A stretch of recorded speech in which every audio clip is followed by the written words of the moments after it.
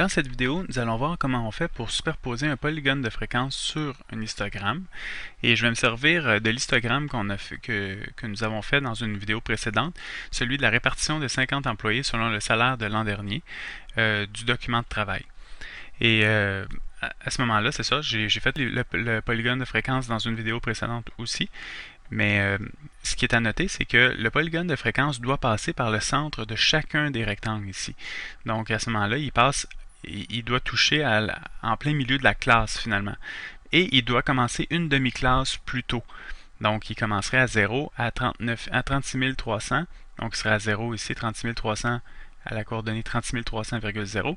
Et il monterait ensuite entre 39 600 et 46 200. Donc ici dans le tableau, on avait déjà fait le tableau 42 900 et ainsi de suite pour le centre de chacun des rectangles. Et il finit une demi-classe plus loin, c'est-à-dire à 89 100, il vient retoucher le sol.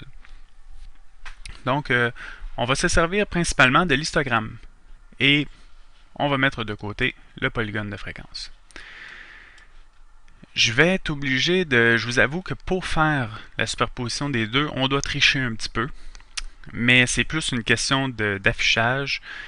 C'est plus pour une question d'affichage, mais c'est pas vraiment... en réalité, si on veut un polygone de fréquence, il y a une façon de faire. Si on veut un histogramme, il y a une autre façon de faire. Mais superposer les deux, faut utiliser un petit peu de triche si on veut. Et on va voir ça en temps et lieu.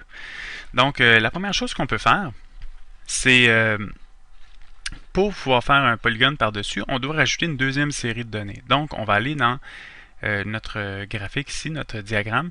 On a filtre du graphique, un petit entonnoir, on clique dessus. On va sélectionner les données dans le bas et on va aller ajouter une série de données. Donc, on ajoute une série de données. Et on lui donne un nom. On pourrait l'appeler, pour être sûr de la retrouver, on pourrait l'appeler polygone fréquence. Je l'écris tout dans un mot. Et ensuite, les valeurs de la série.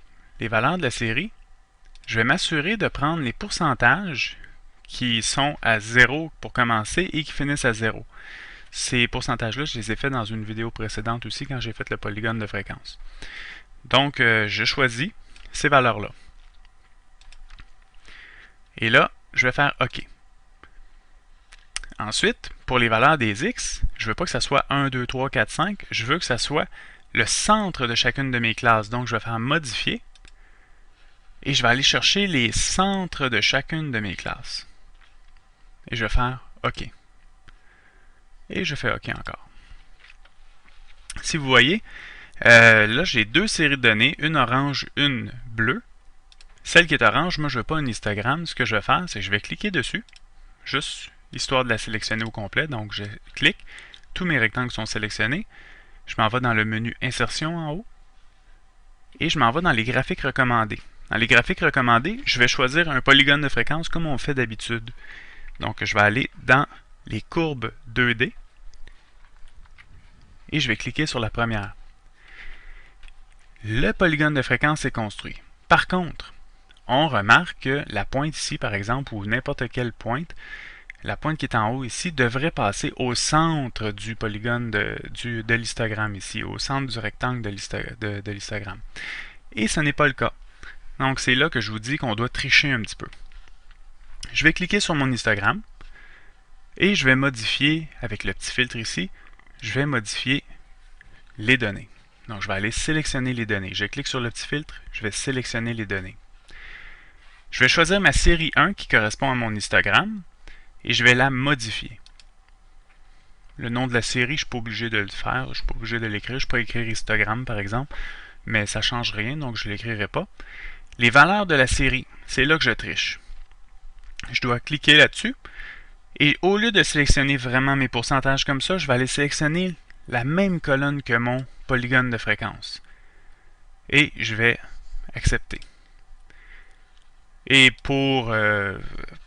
et là, vous voyez déjà, mon polygone de fréquence passe par le centre de chacun de mes rectangles. Et tout ce qu'il me reste à faire, c'est OK. Là, mes rectangles, à ce moment-là, se sont tous recollés. J'avais toutes déjà des séparations au départ. Je vais cliquer sur mes rectangles. En réalité, je peux double-cliquer. Et là, j'ai toute la mise en forme du graphique qui apparaît à la droite. Et là, je vais choisir le petit pot de peinture. je vais m'assurer que tous mes rectangles sont sélectionnés. Donc, je peux cliquer ailleurs, je clique sur mes rectangles et je vais aller dans petit pot de peinture, bordure. Et je vais choisir un trait plein et je vais choisir couleur noire pour bien voir chacun des rectangles. Étant donné que j'ai déplacé mon diagramme, mon histogramme, là, ce que je vais faire, c'est agrandir la zone de travail. Donc, je clique sur mon graphique, mon diagramme, et dans le coin en bas à droite, j'ai une double flèche qui apparaît. Je peux agrandir ma fenêtre. Ce que je vais faire avec ça, c'est que je vais déplacer, là, toutes mes zones de texte, je dois les déplacer parce qu'ils sont plus alignés avec les barres de mon histogramme. Donc, je dois déplacer chacune de mes zones de texte pour les réaligner avec les graduations. Donc, je le fais pour chacune. Je fais juste m'assurer qu'ils sont bien alignés. Comme ceci. Et mes titres ne changent pas, bien sûr, parce que en réalité, c'est un histogramme. Et là, de cette façon-là, c'est un histogramme encore une fois, avec un polygone de fréquence. Les deux portent le même titre. Et à ce moment-là, j'ai réussi à superposer. C'est sûr que si je faisais seulement un histogramme, je ne procéderais pas de la même façon que ceci. Mais étant donné que là, on veut superposer les deux, il faut absolument utiliser un petit peu de stratégie. Donc, c'est ce qui met fin à la présentation.